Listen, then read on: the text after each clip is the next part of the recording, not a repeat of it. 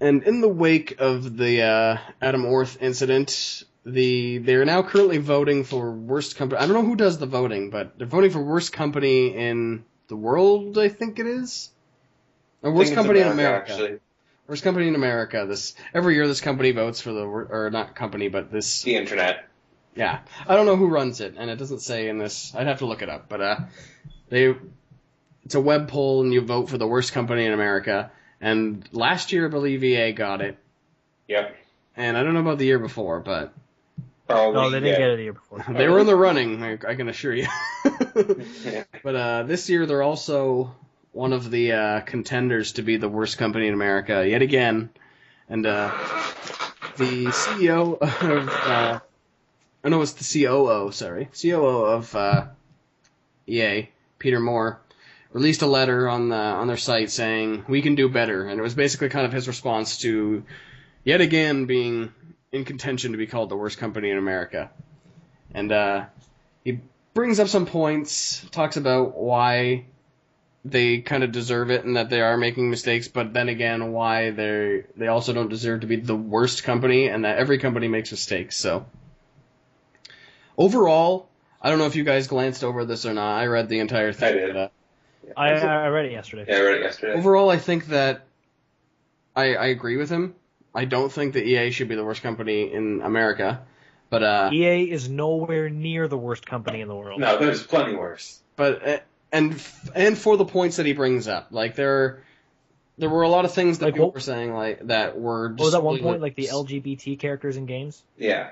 Well, some people are voting against them just because of that, which I think is just stupid. Which is just probably mostly religious organizations and saying to go and spam vote, right? So yeah.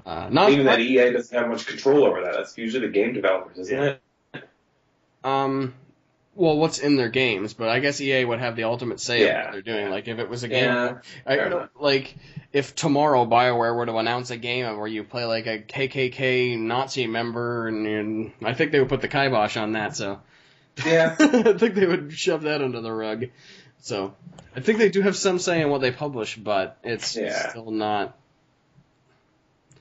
But some of the points he brought up was he said that many continue to claim the always-on function in SimCity is a DRM scheme. It's not. People still want to argue about it. We can't be any clearer. It's not. Period. And that was directly from his release. And I think that I said this before we were talking, or before we started the podcast. Then what is the SimCity DRM for? If it's not a DRM scheme, what is the always-on for? He doesn't say.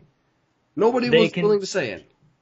I think they're just going on the fact like we wanted it to be like a multiplayer-centric, fully focused on multiplayer where you can share with cities and everything like that. But like, no, there's more to it than that. It's kind of the vibe I'm getting though, because I feel like they want it to be like a real world, and it's always changing, and you can tell when things are happening in the SimCity world of Simtopia or whatever it is. Then why don't they say that? They're just... Like, why didn't he say that after? He said, we want these worlds to be interconnected and to have a better player experience. Instead he just says, it's not DRM, period. See, that would have been a good thing to say. But then, no. Like, even if it was it's like bullshit, what I was saying. At least he's making an attempt. Yeah. It's like what I was saying before we started recording, where like someone goes up and asks him, so what is it for? I don't know, but I can tell you it's not for DRM. But, and then his next point, he had a list of kind of like just bullet points that, and I think these are the meat of the thing, so I'm going to kind of go over them. But then he also said that there's no room for Origin as a competitor to Steam, and that was what some people are saying, right? And he said 45 million registered users are proving that wrong. Well, I don't know what numbers Steam is putting up currently, but I can guarantee it's higher than that. It's a little bit more. That is like such like a dodging of the facts. Certain games require you to get Origin to play it. That's the biggest draw to all of their users of that. Anybody who bought Mass Effect 3, which a lot of people were going to buy Mass Effect 3 on PC, had to buy Origin. Anybody who got that, anybody who got Star Wars The Old Republic, Battlefield 3, anybody who got SimCity, they had to go on Origin. Anybody who basically buys any multiplayer EA game needs to get an Origin account. Mm-hmm. So there are people who probably bought one game, played it, finished it, played that one game, and haven't even touched it since, and he's probably counting that. Mm-hmm. I think that I don't even think there'd be a way to gather these numbers, but you'd have to look at it as sort of, because I guess it's the same thing that when somebody says, okay, Xbox is doing better than PlayStation, or vice versa, or whatever console is doing better than whatever, but they don't look at how many people own all of the consoles, or 2 of the consoles, right? Right here, people, right here. Yeah, so, I only own a PlayStation, but I own a PC, I guess, but I don't have an Origin account, and I don't plan on getting one anytime soon. But, just out of principle. But I think that they'd have to look at how many of their users only have, Origin exclusive games downloaded. Like, right? Because if they have if they're using it instead of Steam, then alright. Then I'd call him a genuine user. Him or her, a genuine user.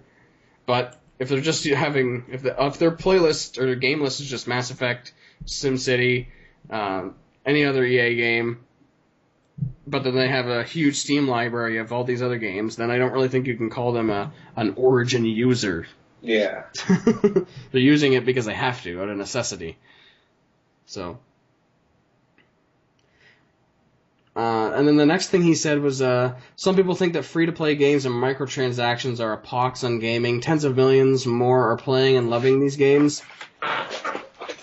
I guess that's a valid point. Personally, I don't see any problem with like free-to-play and microtransactions. I think that that's actually like a pretty superior model for both player and game developer. Company. Well, of course we say that. We play PlanetSide too. Well, and I haven't, we play 2 games that require heavily on microtransactions, and that's Mass Effect and PlanetSide 2. And I haven't bought anything on PlanetSide 2, although I plan to. It's just I'm too lazy to go out and get pay for station cash, right? But even Mass Effect, I've never bought a pack. Like, I've never paid for a character pack or anything like that on Mass Effect, ever. And I've played it faithfully. Only time that I've ever bought a pack is when I downloaded the Mass Effect DLC and had $2 kicking around. But I can still play that, I can still play the whole thing. I can get access to everything. Yeah. As long as you do that. It's when you start microtransactioning everything. It's a slippery slope, and that it's so far the models I've played it, I can't really oppose to, but things I'm hearing about new games, like the next Call of Duty is talking about, well, even I heard Black Ops 2, you can pay for gun camos. That's a microtransaction. Really? Yeah. That's a little out of hand. A little bit. It's here, you can put in lots of hours practicing, or you can buy it for $9.99. I think that, a model like Battlefield 3 PlanetSide, did it worse. a model like PlanetSide where it's going to be very difficult to get everything, but yet you still can get some things. You can just pay to accelerate the process, and yet the game's still fair. That's another aspect. I think that that's the best model. Theoretically, if I put enough man hours into it, I could get every single thing in PlanetSide 2, other than maybe camos. I think you have to buy camos. But I can get every single gun, class, add-on, vehicle add-on. I can get any of that by just playing rather than paying for it. So I think that that's the best model. But that would probably be 1,000 hours of gameplay. It would be ridiculous. So I think that that's another topic for discussion, but just in a nutshell, I don't really have... I agree with him. There are people that are playing these free-to-play games and using microtransactions, and I don't really see a problem with it. Mm-hmm. As of yet. We'll see how things develop. But, and it's okay right now, guys. Yeah. Okay. As of... and the next point, he said, we've seen mailing lists that direct people to vote for EA because they disagree with the choice of cover athlete for Madden NFL. And then he says, yes, really. So I think that's just putting in perspective how bad people can get when they're talking about, especially because we're on the internet. So somebody could just go, oh, you go vote for this company because they put this guy on the cover of this sports thing and we don't like it, right? Mm-hmm. Which is dumb. It's a petty argument that's not even worth anybody's time. And definitely not worth EA being elected worst company in America because of it. So that point, I can see where he's coming from with that. And I guess that kind of goes into the whole people voting for the... And that's the next point. He said thousands of emails and postcards... I'll read the whole thing. In the past year, we have received thousands of emails and postcards protesting against EA for allowing players to create LGBT characters in our games. This week, we're seeing posts on conservative websites urging people to protest our LGBT policy by voting EA the worst company in America. And then he said underneath it, that last one is particularly telling. If it's what makes us the worst company, bring it on, because we're not caving on that. And I admire that. I admire that, yeah. Glad they're sticking to their guns on that. Because it shouldn't be, something like that shouldn't be an issue. No, it really shouldn't. Yeah, it shouldn't.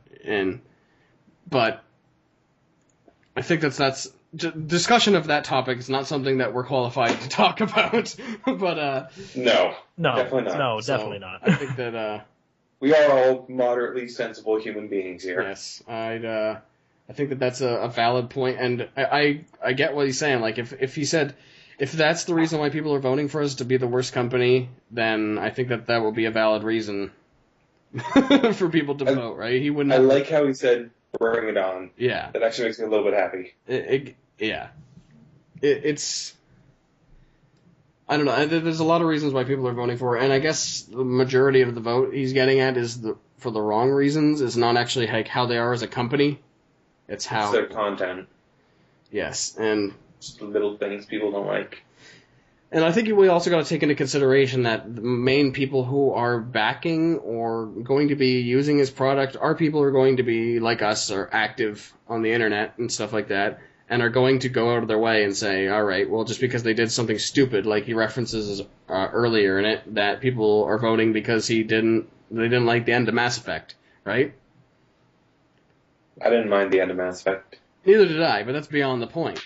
Whether or not it was good or bad, it doesn't matter. This is not a reason to vote them as the worst company. Yeah. Like, oh my god, the last 10 minutes of your 24-hour game made me sad for a couple minutes. You are the worst company in America. Yeah, it just isn't. Yeah. And I think what he's, in the nutshell, what he's basically getting at is if you're going to vote for the worst company, you should do it because of their, financial, the way they do that, or, I don't know. It's just environmental reasons, political reasons. Yes. Considering there are companies, and I guess this could be also a contentious thing, but there are companies such as, Monsanto, which is, going around and trying to bioengineer different foods and stuff like that, and is basically just basically the embodiment of evil, in my opinion. And for some reason, they don't get the votes that EA does, just because people don't really notice them as much. Yeah, or at least the people on the internet don't as much. So, I don't know. I think that he brings up some valid points, and I for one don't think that EA is the worst company in America or out of anywhere, for that matter. Nowhere even near.